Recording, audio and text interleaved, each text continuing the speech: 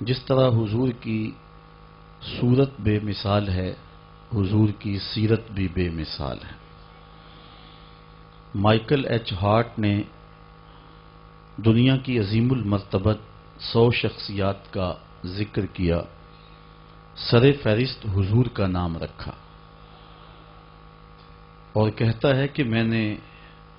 حضور کا نام عقیدت کی بنیاد پر پہلے نمبر پہ نہیں رکھا، اس لیے کہ وہ مذہباً عیسائی ہے۔ اگر یہ داعیہ اس کے پیش نظر ہوتا تو وہ سب سے پہلے حضرت عیسیٰ علیہ السلام کا نام لکھتا۔ حضور کا نام عقیدت کی بنیاد پر اس نے سر فہرست نہیں رکھا، بلکہ کہتا ہے کہ میرٹ کی بنیاد پر میں نے حضور کا نام سر فہرست رکھا ہے۔ سچی بات یہ ہے کائنات میں محمد عربی جیسی نہ صورت کسی کی ہے نہ سیرت کسی کی ہے۔ اللہ نے اپنے محبوب کو سیرت کا وہ جمال اور وہ حسن عطا کیا کہ خود ارشاد کیا، لَقَدْ كَانَ لَكُمْ فِي رَسُولِ اللَّهِ أُسْوَةٌ حَسَنَةٌ، حضور کی سیرت کو اسوہ حسنہ قرار دیا گیا۔ اور حضور کی سیرت 40 سال کے اعلان نبوت کے بعد شروع نہیں ہوتی، بلکہ آقا جب اس بزم گیتی میں قدم رکھتے ہیں اور آتے ہی اللہ کی بڑائی بولتے ہیں۔ حضرت حلیمہ سعدیہ وہ خوش نصیب خاتون ہیں جن کو حضور کو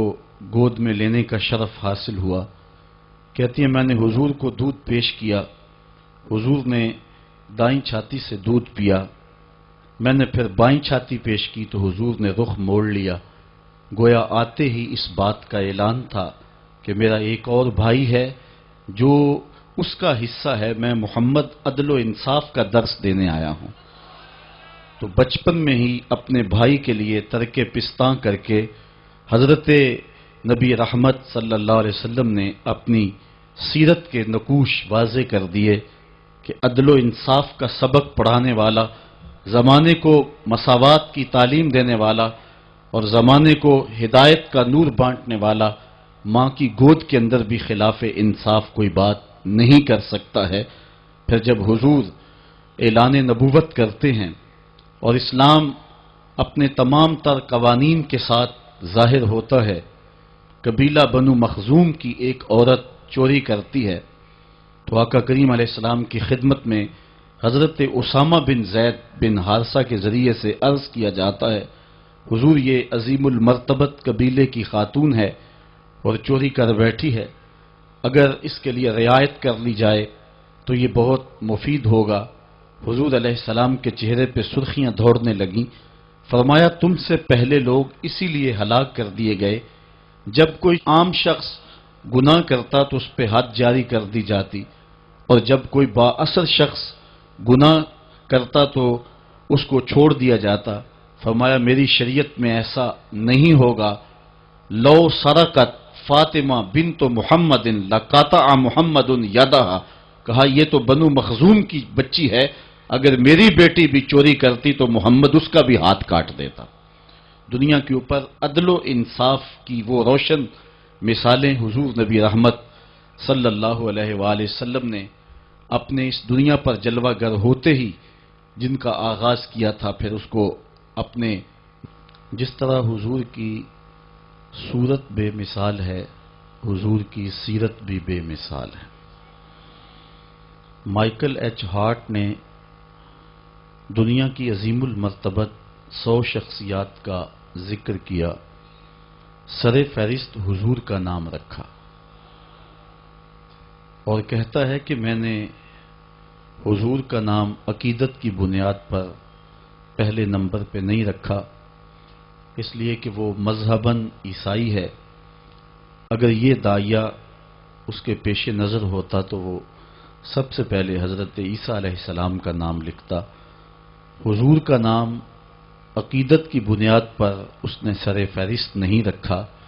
بلکہ کہتا ہے کہ میرٹ کی بنیاد پر میں نے حضور کا نام سر فہرست رکھا ہے۔ سچی بات یہ ہے کائنات میں محمد عربی جیسی نہ صورت کسی کی ہے نہ سیرت کسی کی ہے۔ اللہ نے اپنے محبوب کو سیرت کا وہ جمال اور وہ حسن عطا کیا کہ خود ارشاد کیا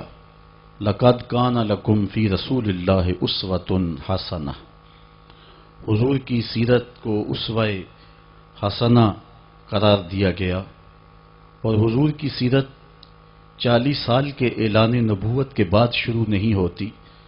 بلکہ آقا جب اس بزم گیتی میں قدم رکھتے ہیں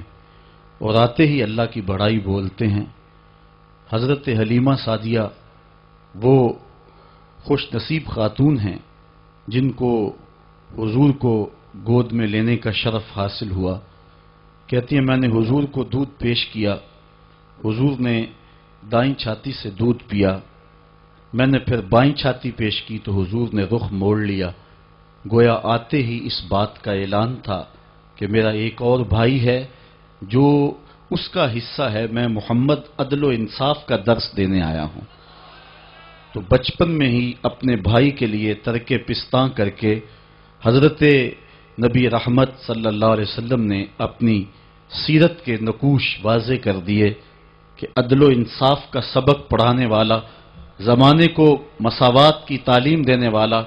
اور زمانے کو ہدایت کا نور بانٹنے والا، ماں کی گود کے اندر بھی خلاف انصاف کوئی بات نہیں کر سکتا ہے۔ پھر جب حضور اعلان نبوت کرتے ہیں اور اسلام اپنے تمام تر قوانین کے ساتھ ظاہر ہوتا ہے، قبیلہ بنو مخزوم کی ایک عورت چوری کرتی ہے تو آقا کریم علیہ السلام کی خدمت میں